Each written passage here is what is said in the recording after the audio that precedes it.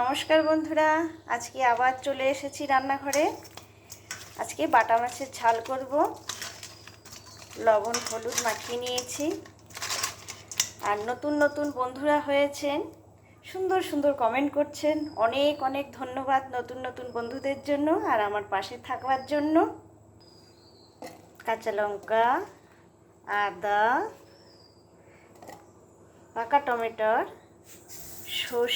পোস্ত, সর্ষে একসঙ্গে পেস্ট করব। তেল গরম হয়ে গেছে।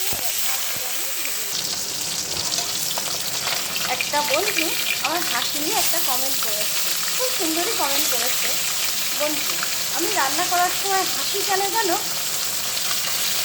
হাসি মুখে যাই রান্না করা হয় না কেন সবই অমৃত হয়, তাই না? আর মুখ কালো করে রাজভোগ রান্না করলেও সেটা অমৃত হবে না।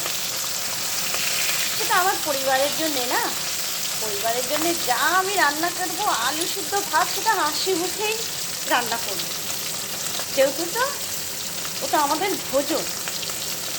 হাসি মুখে রান্না করলে ওটা সবসময় আমাদের ভালো লাগে আর খেতেও অমৃত মতো হয়।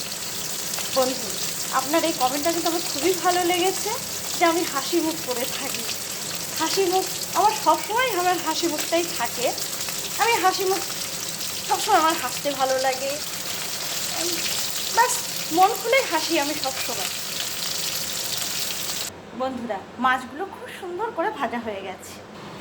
জিরে ফোড়ন, পেঁয়াজটা ভাজা হয়ে গেছে, একটু সামান্য একটু জিরে দিই। এবার পোস্ত বাটাটা নেব, সামান্য একটু কাশ্মীরি লঙ্কা, পরিমাণ মতো লবণ, একটু হলুদ। ফুটে উঠেছে, এবার মাছগুলো আমি দিয়ে দেবো।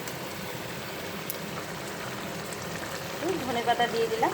বন্ধুরা, কেমন হয়েছে কেমন হচ্ছে কমেন্টে অবশ্যই জানাবেন।